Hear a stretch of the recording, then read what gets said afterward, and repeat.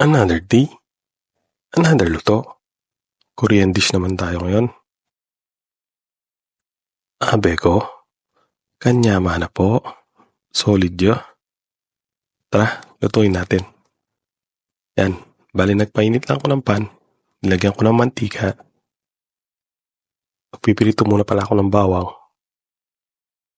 Tapos, lagay ko na yung baboy. Yan, gisa-gisa natin ng konti.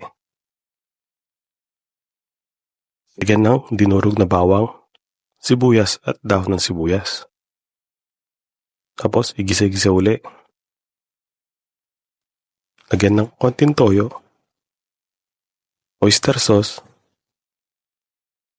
tapos soybean paste. Yung parang ganyan. Lagyan na rin ng asukal.